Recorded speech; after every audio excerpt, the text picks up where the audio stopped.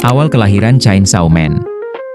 Dalam pekerjaannya, Denji bersahabat dengan iblis gergaji mesin kecil bernama Pochita. Suatu malam, ia dijebak dan dibunuh oleh Yakuza yang telah bersekutu dengan iblis zombie. Dalam keadaan sekarat, Pochita membuat kontrak dengan Denji.